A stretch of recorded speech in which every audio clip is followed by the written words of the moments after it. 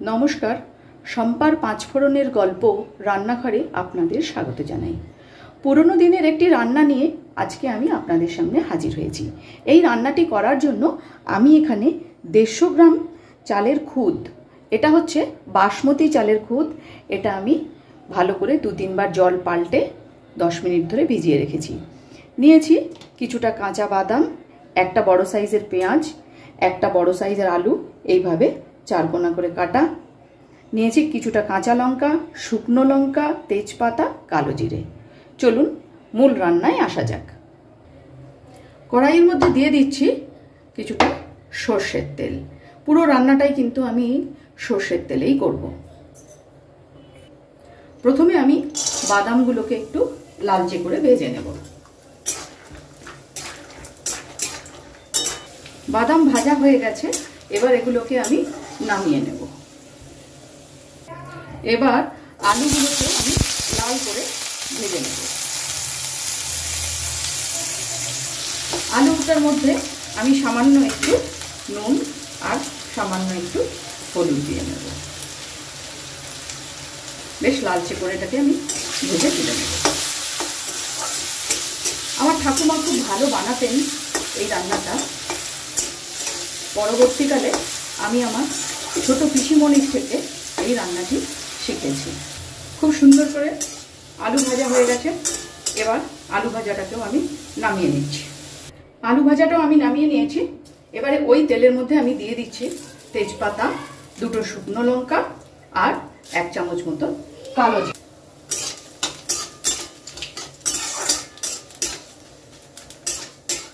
একটু সময় ধরে এটাকে আমি একটু নেড়ে চেড়ে ভেজে নেব।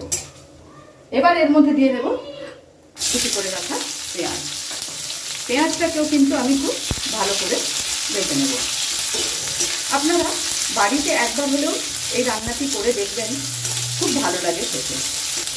আমার রান্না যদি আপনাদের ভালো লেগে থাকে প্লিজ ফলো ও লাইক করে আমার পাশে থাকবেন।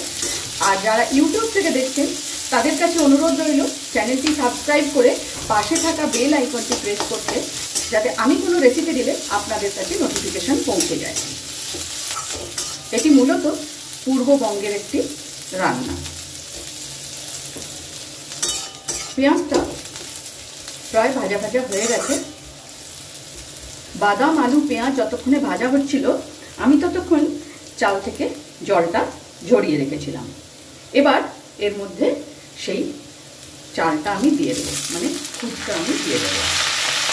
ভালো করে পেঁয়াজের সাথে এই খুদটাকে কিন্তু ভাজতে হবে। এখন এর মধ্যে দেব স্বাদ অনুযায়ী নুন ও হলুদ।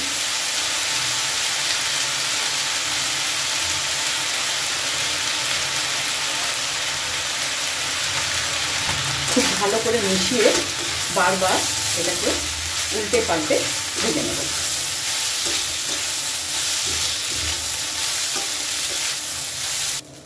প্রায় 2-3 মিনিট ধরে আমি পেঁয়াজের সাথে ভালো করে এই খুদটাকে ভেজে নিয়েছি।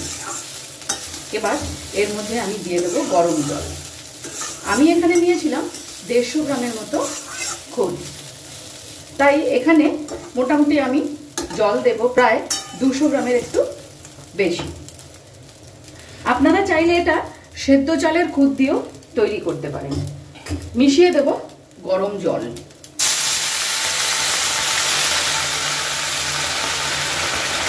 গরম জল মেশালে এটা খুব সুন্দর ঝরঝরে হয়।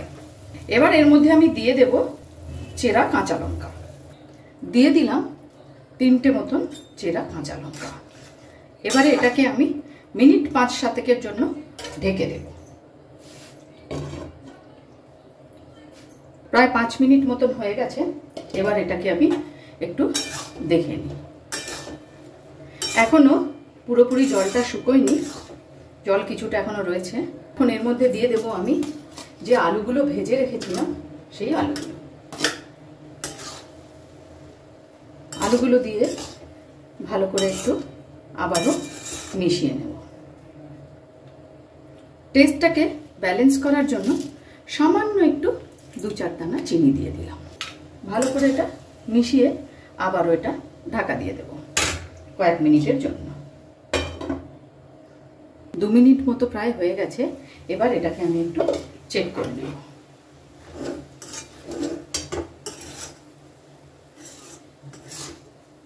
খুব সুন্দর, দেখুন ঝরঝরে মতন হয়ে গেছে। 5 মিনিট এটাকে স্ট্যান্ডিং টাইমে রেখে এরপর এটা আমি পরিবেশন করব। তার আগে এর মধ্যে মিশিয়ে দেব ভাজা বাদামগুলো।